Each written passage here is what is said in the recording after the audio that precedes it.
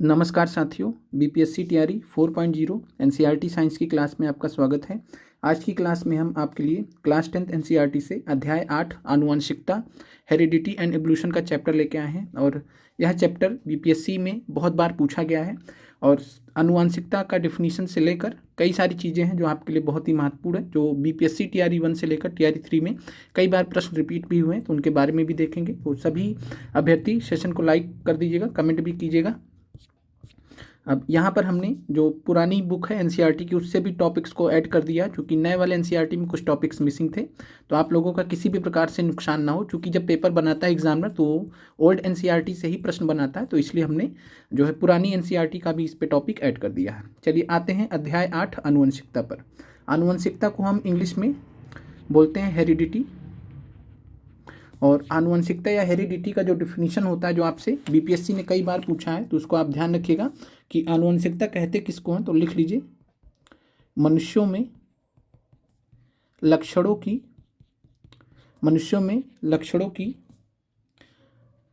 वंशागति के अध्ययन को आनुवंशिकता कहते हैं। तो मनुष्यों में लक्षणों की वंशागति के अध्ययन को क्या कहते हैं, कई बार बीपीएससी ने आपसे पूछा है, तो आंसर हो जाएगा आनुवंशिकता कहते हैं, इंग्लिश में हेरिडिटी कहते हैं। और कई बार हेरिडिटी शब्द का प्रयोग ना किया जाए तो आप जेनेटिक्स भी यूज कर सकते हैं। तो हेरिडिटी और जेनेटिक्स समतुल्य हैं। और इस बार आपसे प्रश्न पूछा गया था, तो वहाँ पर हेरिडिटी और जेनेटिक्स दोनों नहीं दिए गए थे, एक ही दिया गया था, तो उस प्रकार से आपका आंसर हो जाएगा। तो मनुष्यों में लक्षणों की वंशागति के अध्ययन को हम हेरिडिटी या जेनेटिक्स कहते हैं, हिंदी में आनुवंशिकता कहते हैं। अब बात करें आनुवंशिकता से रिलेटेड, हमें दो प्रकार के सिद्धांतों के बारे में पढ़ना है। पहला है विकासवाद का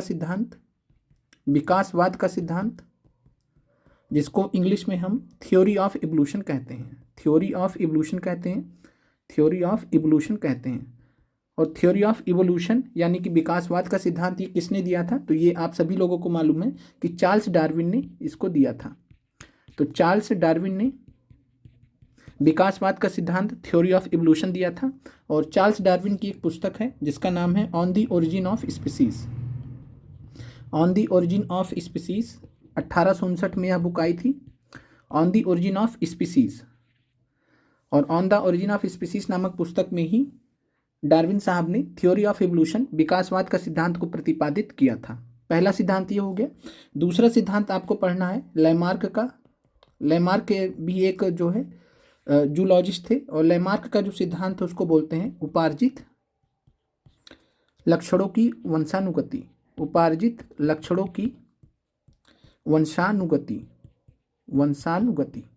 तो लैमार्क का सिद्धांत का नाम क्या है? उपार्जित लक्षणों की वंशानुगति। और इंग्लिश में हम इसको बोलते हैं इनहेरिटेंस ऑफ एक्वायर्ड कैरेक्टर्स। तो इनहेरिटेंस ऑफ एक्वायर्ड कैरेक्टर्स नामक सिद्धांत किसने दिया था? तो ये दिया था लैमार्क साहब ने। और लैमार्क साहब की बात करें तो उनकी पुस्तक थी फिलोसफिक जूलॉजी, ये आपसे पूछा जा सकता है। तो फिलोसफी जूलॉजिक, प्रश्न आपसे पूछा जा सकता है कि फिलोसफी जूलॉजिक नामक पुस्तक है, यहाँ पर नाम हम क्लियर कट लिख दे रहे हैं, हिंदी में लिख दे रहे हैं फिलोसफी जूलॉजिक। तो फिलोसफी जूलॉजिक नामक पुस्तक में लैमार्क साहब ने दिया था उपार्जित लक्षणों की वंशानुगति का सिद्धांत, या इनहेरिटेंस ऑफ एक्वायर्ड कैरेक्टरिस्टिक्स। और लैमार्क का जो सिद्धांत है उसको आप सिंपली जिराफ के संदर्भ में समझ सकते हैं। और इनके सिद्धांत का मतलब सिंपल में ही समझिए कि जिराफ था, तो उसका जो है एक टाइम में उसकी जो गर्दन थी उतनी ज़्यादा नहीं थी, लेकिन समय के साथ में प्रकृति में उसको जो है बड़ी बड़ी टहनियों से, बड़े बड़े पेड़ की टहनियों से उसको पत्ते खाने होते थे, तो धीरे धीरे उसका जो गर्दन था समय के साथ में ऊंचा होता चला गया। तो इनके सिद्धांत का यही मतलब है लैमार्क के, कि जिन अंगों की हमें ज़्यादा जरूरत होती है उनका समय के साथ में जब इवोल्यूशन होता है तो ज़्यादा ग्रोथ होता है, और जिन अंगों का इस्तेमाल नहीं होता है वो अंग धीरे धीरे समाप्त हो जाते हैं। तो ये मानना था लैमार्क का।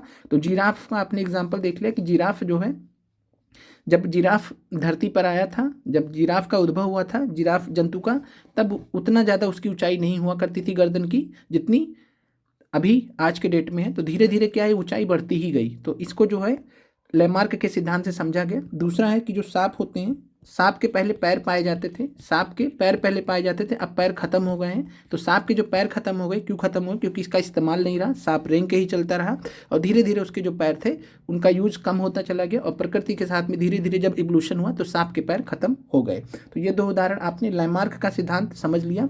अब वापस से चलते हैं टॉपिक पर। यहाँ पर बात करें आनुवंशिकता की, तो आनुवंशिकता से रिलेटेड यहाँ पर जो आपको तथ्य याद रखना है कि वंशानुक्रम का सिद्धांत किसके द्वारा दिया गया था। ये आपसे परीक्षा में पूछा जा सकता है कि वंशानुक्रम का सिद्धांत किसके द्वारा प्रतिपादित किया गया था। तो आपको याद रखना कि ग्रेगर मेंडल। जब आपसे ये प्रश्न पूछा जाएगा और आपको पता है कि ग्रेगर मेंडल ने मटर के पौधे पर अध्ययन किया था, मटर के पौधे पर अध्ययन करके इन्होंने वंशानुक्रम का सिद्धांत दिया था। तो वंशानुक्रम का सिद्धांत किसके द्वारा प्रतिपादित किया गया था? ग्रेगर मेंडल के द्वारा। फिर यहाँ पर आपको याद रखना है कि डीएनए की खोज किसने की थी। डीएनए की खोज किसने की थी? तो डीएनए की खोज याद रखिएगा 1869 में फ्रेडरिक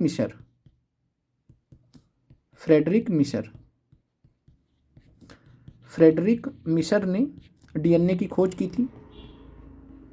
तो डीएनए की खोज 1869 में फ्रेडरिक मिशर ने की थी। दूसरा आपसे पूछा जाता है कई बार बीपीएससी के द्वारा कि डीएनए के डबल हेलिक्स मॉडल संरचना किसने दिया था। तो डीएनए के डबल हेलिक्स संरचना या स्ट्रक्चर, तो डीएनए के डबल हेलिक्स संरचना किसने दिया था? तो ये दिया था 1953 में। दो लोग थे, जेम्स वाटसन, बहुत बार पूछा गया बीपीएससी के द्वारा, बीपीएससी प्री से लेकर टीआरई तक। तो जेम्स वाटसन और फ्रांसिस क्रिक, जेम्स वाटसन एवं फ्रांसिस क्रिक, दो नाम याद रखिएगा। तो जेम्स वाटसन और फ्रांसिस क्रिक ने डीएनए के डबल हेलिक्स संरचना को 1953 में दिया था। चलिए अब आगे बढ़ते हैं। यहाँ पर आनुवंशिकता नियम इस बात का निर्धारण करते हैं कि जिनके द्वारा विभिन्न लक्षण पूर्ण विश्वसनीयता के साथ वंशागत होते हैं। तो आनुवंशिकता के जो नियम होते हैं उनको भी हम देखेंगे।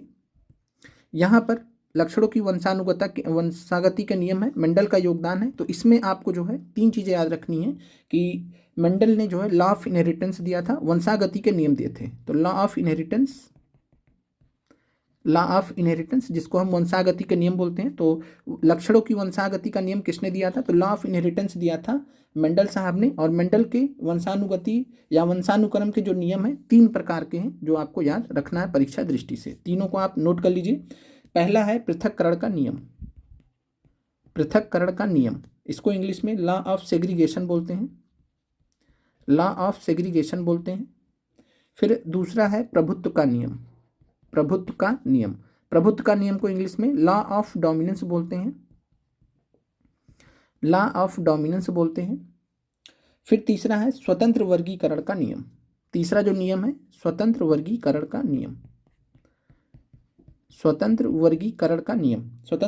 नियम को लॉ ऑफ इंडिपेंडेंट असॉर्टमेंट कहते हैं। तो ये आपको मालूम होना चाहिए कि मेंडल साहब ने वंशागति के कौन से 3 नियम दिए हैं। तो पहला नियम है पृथक्करण का नियम, लॉ ऑफ सेग्रीगेशन। दूसरा नियम है प्रभुत्व का नियम जिसको लॉ ऑफ डोमिनेंस बोलते हैं। तीसरा है स्वतंत्र वर्गीकरण का नियम जिसको लॉ ऑफ इंडिपेंडेंट असॉर्टमेंट देते हैं। और साथ में वंशानुक्रम का सिद्धांत इसी माध्यम से जो है किसके द्वारा प्रतिपादित किया गया था? तो ग्रेगर मेंडल साहब के द्वारा। और मेंडल जी के अकॉर्डिंग मानव में लक्षणों की वंशागति के नियम इस बात पर आधारित है कि माता एवं पिता दोनों ही समान मात्रा में आनुवांशिक पदार्थ को संतति शिशु में स्थानांतरित करते हैं। तो कुल मिला के आपको ध्यान रखना है कि जो लक्षण होते हैं वो पैतृक डीएनए से भी आते हैं, पैतृक यानी पिता के डीएनए से भी आते हैं लक्षण पुत्र में या पुत्री में, संतान में। तो पैतृक डीएनए से भी आते हैं और मातृ डीएनए से भी आते हैं। यही यहाँ पे कहने का प्रयास किया गया है कि जो लक्षण होते हैं पैतृक डीएनए से भी आते हैं और मातृ डीएनए से भी आते हैं। और यहाँ पर आपको स्वतंत्र तथा जुड़े कर्णपाली के बारे में दिखाया गया है। आप में से काफ़ी सारे अभ्यर्थी होंगे जिनका जो कान का जो नीचे वाला पोर्शन, ये वाला पोर्शन होगा, ये अलग होगा, मतलब स्किन से जुड़ा हुआ नहीं होगा। वहीं कुछ ऐसे अभ्यर्थी होंगे जिनका जुड़ा हुआ होगा, जैसे इस प्रकार जुड़ा हुआ, आप चेक भी कर सकते हैं। तो स्वतंत्र एवं जुड़े कर्णपाली हैं। तो जो स्वतंत्र एवं जुड़े कर्णपाली होते हैं ये मानव समष्टि में पाए जाने वाले 2 परिवर्त हैं। परिवर्त को वेरिएशन बोलते हैं, यानी कि एक वेरिएशन देखा जाता है, काफ़ी सारे बॉडी पार्ट्स में वेरिएशन देखा जाता है, उसी का एक उदाहरण है। तो स्वतंत्र और जुड़े कर्णपाली जो है किसका उदाहरण है? मानव समष्टि में पाए जाने वाले 2 परिवर्त वेरिएशन का। आगे बढ़ते हैं। और ग्रेगर जॉन मेंडल साहब के बारे में बताया गया है कि वो पहले वैज्ञानिक थे जिन्होंने प्रत्येक पीढ़ी के एक एक पौधे के द्वारा प्रदर्शित लक्षणों का रिकॉर्ड देखा तथा गणना की। इससे उन्हें वंशानुगति के नियमों के प्रतिपादन में सहायता मिली। तो वंशागत नियमों के प्रतिपादन में इनको सहायता मिली। 3 नियम थे जिनको हमने आपको बता दिया। मेंडल साहब ने किस पौधे का अध्ययन किया था? तो मटर के पौधे का। तो पी प्लांट पे अध्ययन किया था, मटर के पौधे का अध्ययन किया था। अब आगे बढ़ते हैं। चलिए, यहाँ पर आपको परीक्षा दृष्टि से जो महत्वपूर्ण तथ्य है कि कोशिका के डीएनए में प्रोटीन संश्लेषण के लिए एक सूचना स्रोत होता है। डीएनए का वह भाग जिसमें किसी प्रोटीन संश्लेषण के लिए सूचना होती है उस प्रोटीन का जीन कहलाता है। तो ये आप ध्यान रखिएगा परीक्षा दृष्टि से कि कोशिका के डीएनए में प्रोटीन संश्लेषण के लिए एक सूचना स्रोत होता है। डीएनए का वह भाग जिसमें किसी प्रोटीन संश्लेषण के लिए सूचना होती है उस प्रोटीन का जीन कहलाता है। और जीन के बारे में आपको ध्यान रखना है कि जो जीन होता है वो, जीन के बारे में महत्वपूर्ण तथ्य याद रखिएगा। जीन को हम क्या कहते हैं? तो आनुवांशिकता हेरेडिटी का मूल भौतिक और कार्यात्मक इकाई। तो आनुवंशिकता की मूल भौतिक और कार्यात्मक इकाई किसे कहते हैं? तो जीन को कहते हैं। तो ध्यान रखिएगा, कार्यात्मक इकाई है ये। तो जीन किसकी कार्यात्मक इकाई है? आनुवंशिकता की मूल भौतिक एवं कार्यात्मक इकाई। आनुवंशिकता के अध्ययन करने के लिए सबसे महत्वपूर्ण जीन होता है। फिर यहाँ पर बात करें तो लैंगिक प्रजनन के दौरान संतति के डीएनए में दोनों जनक का समान रूप से योगदान होगा। तो ये हमने देखे कि लक्षण माता पिता दोनों से आएंगे। लिंग निर्धारण से संबंधित यहाँ पर महत्वपूर्ण तथ्य है जो आपको जानना चाहिए। लिंग निर्धारण की बात करें तो लिंग निर्धारण में जो है आपको जो चीज़ें याद रखनी है उनको यहाँ पर देख लेते हैं। कुछ प्राणियों में जैसे सरीसृप होते हैं तो लिंग निर्धारण निषेचित अंडे युग्मक के उष्मायन ताप पर निर्भर करता है कि संतति नर होगी या मादा होगी। तो आपसे प्रश्न पूछा जा सकता है कि किस प्रकार के प्राणियों में उष्मायन ताप पर जो लिंग निर्धारण होता है निषेचित अंडे या युग्मक के उष्मायन ताप पर निर्भर करता है कि संतति नर होगी या मादा। तो आंसर हो जाएगा सरीसृप। तो सरीसृप के बारे में ध्यान रखिएगा। फिर घोंगे जैसे कुछ प्राणी होते हैं। घोंगा जो प्राणी होता है अपना ये लिंग बदल सकते हैं जैसी जरूरत होगी। तो नर या मादा दोनों का रूप ये धारण कर सकते हैं, जो इस बात का संकेत है कि इनमें लिंग निर्धारण जो आनुवांशिक नहीं होता है। तो लिंग निर्धारण आनुवांशिक किसमें नहीं होता? तो घोंगे में नहीं होता। ये खुद से जो है नर मादा दोनों में परिवर्तित हो सकता है। अब मानव की बात करें, मानव में लिंग निर्धारण कैसे होता है? तो आनुवांशिक आधार पर होता है। दूसरे शब्दों में जनक जीवों से वंशानुगत जीन इस बात का निर्णय करते हैं कि संतति लड़का होगा अथवा लड़की होगी। अब यहाँ पर हम बात करते हैं मानव में जो लिंग निर्धारण होता है तो उसको समझने से पहले यहाँ पे जो आपको बेसिक चीज़ पता होनी चाहिए वो क्या है कि मानव में जो है कुल कितने गुणसूत्र होते हैं? क्रोमोजोम होते हैं। क्रोमोजोम होते हैं।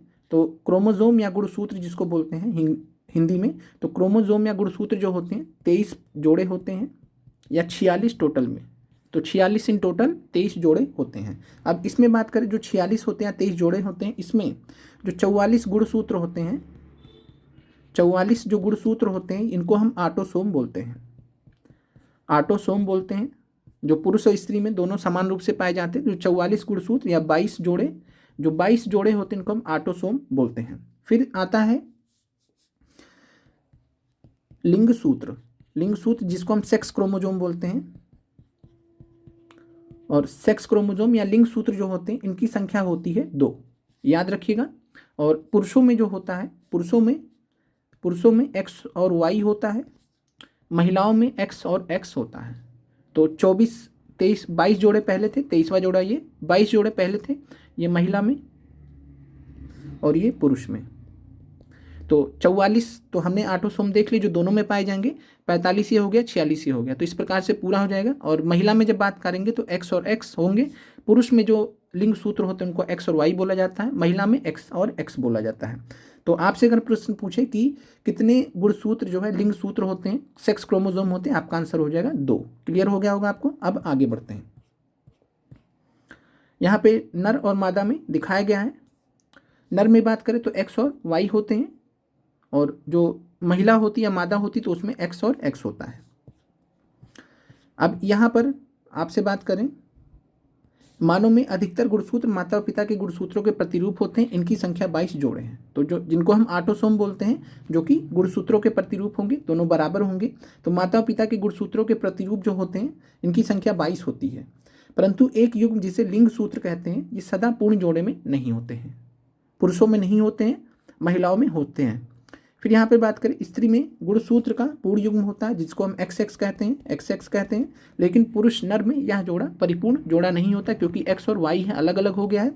जिसमें एक गुणसूत्र सामान्य आकार X होता है और दूसरा गुणसूत्र छोटा होता है, जिसको हमने Y कहा है, तो Y गुणसूत्र कहते हैं। अतः स्त्रियों में XX और पुरुष में XY गुणसूत्र होते हैं। तो ये आप क्लियर हो गया होगा यहाँ तक। अब यहाँ पर बात करें, जिस बच्चे को अपने पिता से X गुणसूत्र वंशानुगत हुआ है, वहाँ जिस बच्चे को अपने पिता से X गुणसूत्र वंशानुगत हुआ तो वह लड़की होगा, और जिसे पिता से Y गुणसूत्र मिलेगा वो लड़का होगा। तो आप इसको सिंपल में समझ लीजिए कि पुरुष है वो X और Y के साथ में है, और जो महिला है यानी नर या मादा, तो महिला जो हो गई X और Y,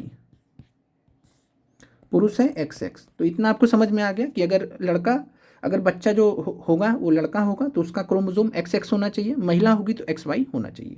यहाँ पर बात करें, अगर मान लीजिए पुरुष का अगर X मिलता है, महिला का X मिलता है, तो उस केस में क्या होगा, तो लड़का होगा, क्योंकि XX किसका है, पुरुष का होता है, तो मेल होगा, यानी बच्चा जो होगा वो लड़का होगा, XX होगा। लेकिन अगर पुरुष का X महिला के Y से मिलेगा तो उस केस में, यहाँ पे थोड़ा हमने उल्टा बता दिया, इसको सही कर लीजिएगा।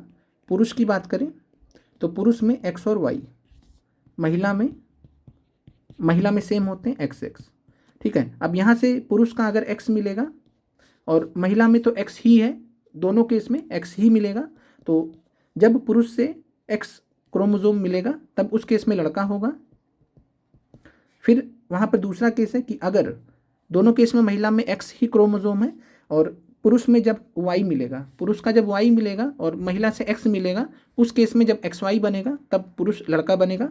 तो ये यहाँ पे XX जब मिलेगा तो यहाँ पर लड़की हो जाएगी, और जब Y जो गुणसूत्र मिलेगा तब लड़का होगा। तो ये आपको क्लियर हो गया होगा कि पुरुष जिसमें XY क्रोमोसोम है, महिला XX क्रोमोसोम है, पुरुष का जब X मिलेगा तो महिला के X के साथ मिलकर XX यानी कि लड़की होगी, और जब पुरुष का Y क्रोमोसोम मिलेगा तो पुरुष Y क्रोमोसोम मिलेगा तो महिला के X और पुरुष के Y के साथ में XY बनेगा, यानी कि लड़की जो है लड़का होगा।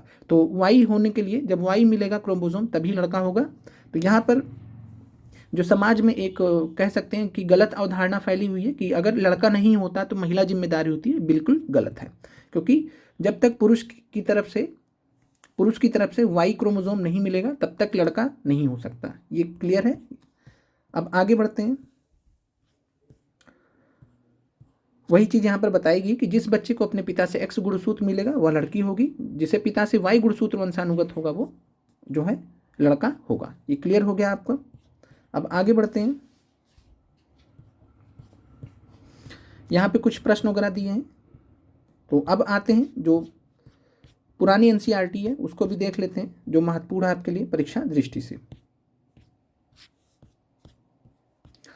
और आपको किसी भी प्रकार से नुकसान ना हो, क्योंकि आप लोगों को इतना भी बेसिक मालूम होना चाहिए कि जो एग्जामिनर वो प्रश्न जब बनाता है तो नई NCERT से नहीं बनाता, पुरानी NCERT से बनाता है। अब बुक्स उनके पास 10 साल पुरानी भी हो सकती हैं, तो कुल मिला के पुरानी NCERT के हिसाब से आपको चीज़ें कवर करनी है।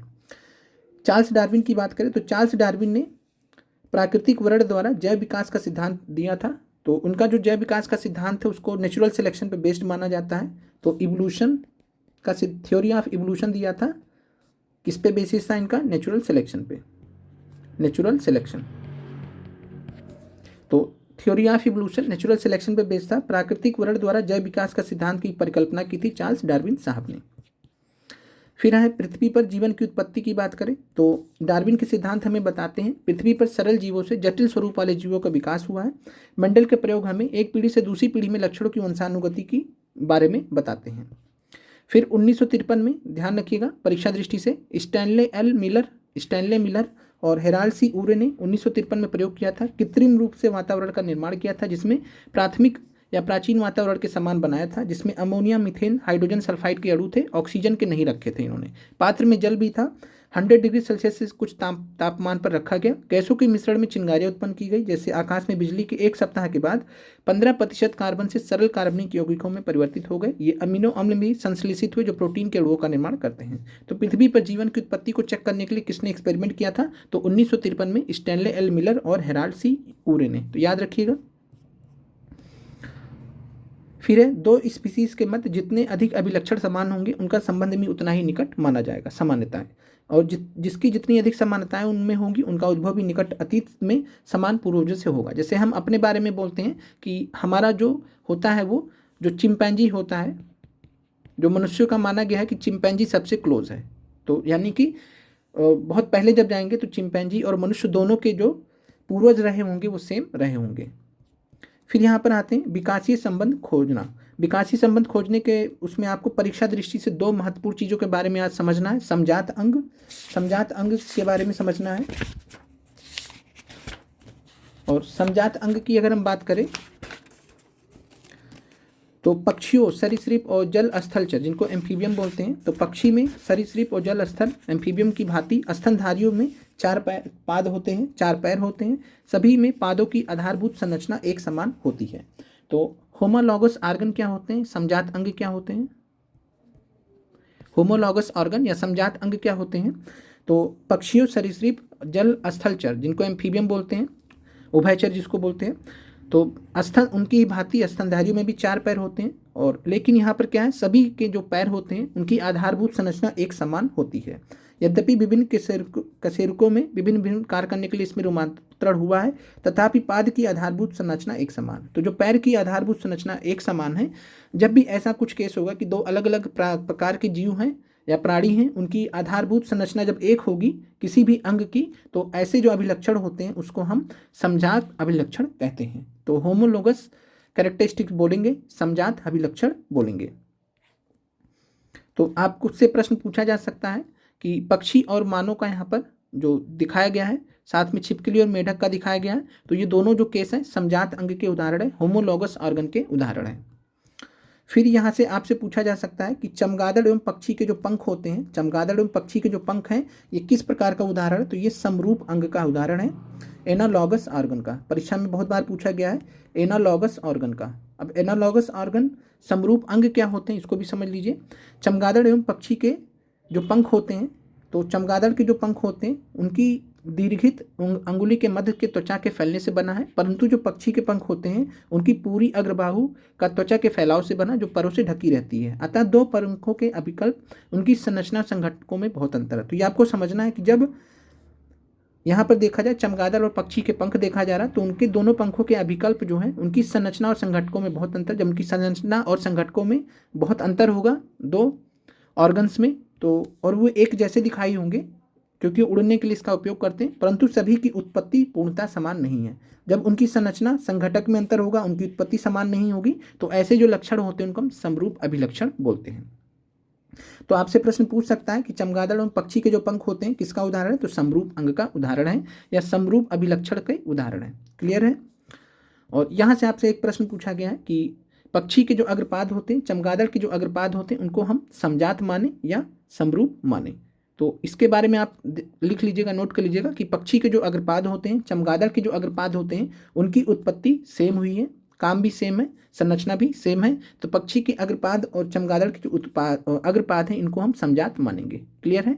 तो समजात के उदाहरण जब आपसे प्रश्न पूछेगा पक्षी के अग्रपाद और चमगादड़ के अग्रपाद, तो समजात आंसर हो जाएगा। अब समरूप क्या हो जाएगा? समरूप हो जाएगा चमगादड़ एवं पक्षी के पंख। ये आपको क्लियर हो गया होगा। एक बार फिर से समझ लीजिए कि जो समजात अंग होते हैं आधारभूत संरचना एक समान होगी, उस अंग की आधारभूत संरचना एक समान होगी। जैसे यहाँ पे पाद हम देख रहे हैं, तो ऐसे समजात अभिलक्षण से भिन्न दिखाई देने वाले विभिन्न स्पीसीज के बीच विकासीय संबंध की पहचान करने में सहायता मिलती भी है। और चमगादड़ के और पंछी के जो पंख होते हैं वो समरूप अंग के, और वहीं पे बात करें पक्षी के अग्रपाद एवं चमगादड़ के जो अग्रपाद होते हैं वो समजात होते हैं। क्लियर है? आगे बढ़ते हैं। जीवाश्म के बारे में बात करें तो जीवाश्म होता क्या है? तो जीवाश्म सामान्यतः जीव की मृत्यु के बाद उसका जो शरीर होता है उसका अपघटन हो जाता है, समाप्त हो जाता है। लेकिन कई बार जीव अथवा उसके कुछ भाग ऐसे वातावरण में चले जाते हैं जिससे कारण का अपघटन पूरी तरीके से नहीं हो पाता। उदाहरण के लिए यदि कोई मृत कीट गर्म मिट्टी में सूख कर कठोर हो जाए और उसमें कीट के शरीर की छाप सुरक्षित रह जाए, अवशेष रह जाए, तो जीव को इस प्रकार के परिरक्षित यानी बचे हुए अवशेष जो होते हैं वो समय के साथ में जीवाश्म का निर्माण करते हैं। और यहाँ पर आपको दिया गया कि विभिन्न प्रकार के जीवाश्म विभिन्न आविर्भाव परिरक्षित विस्तृत अवस्थाओं को देखिए। डायनासोर का कपाल जीवाश्म, डायनासोर का कपाल जीवाश्म जो दिखाया गया कुछ वर्ष पूर्व नर्मदा घाटी में पाया गया। तो आपसे परीक्षा में पूछा जा सकता है कि डायनासोर का कपाल जीवाश्म जो है निम्नलिखित में से किस स्थान से पाया गया है, तो आपका आंसर हो जाएगा नर्मदा घाटी। यहाँ पे डायनासोर का कपाल का फिगर यहाँ पे आप देख सकते हैं। अब आगे बढ़ते हैं। पृथ्वी की सतह के निकट वाले जीवाश्म गहरे स्तर पर पाए जाने वाले जीवाश्म की अपेक्षा अधिक नए होते। तो जो जितना ज़्यादा ऊपर होगा उतना ज़्यादा नया होगा, जो जितना ज़्यादा नीचे होगा उतना ज़्यादा पुराना होगा। फॉसिल डेटिंग की मदद से हम जीवाश्म में पाए जाने वाले किसी तत्व के विभिन्न समस्थानिकों के अनुपात के आधार पर जीवाश्म का समय निर्धारण कर सकते हैं। तो फॉसिल डेटिंग के माध्यम से हम जीवाश्मों का निर्धारण कर सकते हैं कि किस समय के हैं वो। जीवाश्म में परत वगैरह के बारे में तो बहुत मिलियन ऑफ ईयर्स लग जाते हैं। विकास के चरण हैं, तो विकास के चरण में यहाँ पर प्लेनेरिया के बारे में दिया गया है। प्लेनेरिया के बारे में हमने पिछले क्लास में पढ़ा था कि प्लेनेरिया में कैसे अलैंगिक प्रजनन होता है। प्लेनेरिया की बात करें तो प्लेनेरिया नाम का जो चपटे कृमि की आती सरल आंखें होती हैं, जो आप यहाँ पे आंखें देख रहे हैं, इनमें वास्तव में नेत्र बिंदु हैं जो प्रकाश को पहचान सकते हैं। तो ये ध्यान रखिएगा, परीक्षा दृष्टि से आपसे पूछा जा सकता है कि किस जीव में, तो प्लेनेरिया जीव है। प्लेनेरिया में सरल आंखें होती है, जो ये आप आंखें देख पा रहे हैं, और ये नेत्र बिंदु होते हैं जो प्रकाश को पहचान सकते हैं। तो इनके माध्यम से ये लाइट को डिटेक्ट करता है।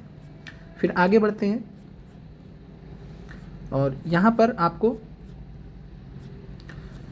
केवल यहाँ से भी प्रश्न आपसे पूछा गया था कि पिछले 1000 वर्षों से हम कहाँ रह रहे हैं, बल्कि हम सभी का जो उद्भव है वो अफ्रीका में हुआ है। तो अफ्रीका में उद्भव से रिलेटेड आपसे प्रश्न पूछा गया था और उसका जो आंसर था, प्रश्न था कि मानव का जो उत्पत्ति है कहाँ पर माना गया है, तो अफ्रीका की रिफ्ट घाटी।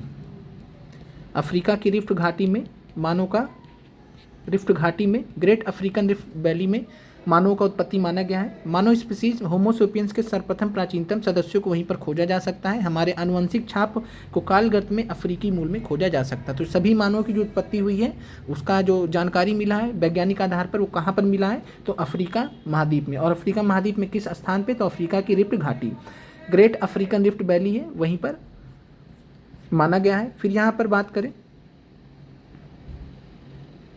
ये सब हम देख चुके, एक बार इसको आप रिवाइज कर लीजिएगा। मानव के विकास के अध्ययन से हमें पता चला है कि हम सभी एक ही स्पीसीज के सदस्य हैं जिसका उदय अफ्रीका में हुआ है और चरणों में विश्व के विभिन्न भागों में फैला है। अलग अलग समय में सब इधर उधर हो गए, अलग अलग महाद्वीपों तक पहुँचे। पहले सारा एक ही था और उस हिसाब से जो उत्पत्ति हुई है वो अफ्रीका में हुई है। अफ्रीका की रिफ्ट घाटी में मानवों की उत्पत्ति हुई है, जो आपसे कई बार प्रश्न पूछा गया है टीआरई में। समजात अंगों का उदाहरण है तो होमोलोगस आर्गन का उदाहरण, तो हमारा हाथ और कुत्ते के अग्रपाद जो होते हैं दोनों का काम एक ही है, उत्पत्ति भी सेम सेंस में हुई है, तो ये समजात अंगों के उदाहरण है। हमारे दांत और हाथी के दांत भी इसी उदाहरण है। आलू तथा घास के जो ऊपरी भूस्थारी होते हैं ये भी सभी, तो उपरोक्त सभी यहाँ पर आंसर हो जाएगा। फिर यहाँ पर बात करें विकासीय दृष्टिकोण से हमारी किस में अधिक समानता है, तो विकासीय दृष्टिकोण से जब हम देखेंगे तो चिंपैंजी से तो नज़दीक हैं ही मतलब जंतुओं में, लेकिन अगर सबसे नज़दीक की बात करेंगे, सबसे अधिक समानता जो होगी तो वो चीन का जो विद्यार्थी होगा। चीन के स्कूल में एक बच्चा है जो स्कूल जा रहा है, जाहिर सी बात है कि कोई जो है मानव होगा तो मानव से हमारी समानता ज़्यादा होगी। तो विकासीय दृष्टिकोण में चीन के जो विद्यार्थी होंगे उनसे हमारी जो समानता होगी विकासीय दृष्टिकोण में सबसे ज़्यादा होगी दिए गए विकल्पों में। अगर चीन के विद्यार्थी नहीं दिया होता तब वहाँ पे आपका आंसर चिंपैंजी होता है। ये आपको क्लियर हो गया होगा। तो आज की क्लास खत्म होती है। कमेंट कीजिएगा क्लास आपको कैसी लगी। मिलते हैं आपसे अगले क्लास में। आप लोगों का देखने के लिए धन्यवाद।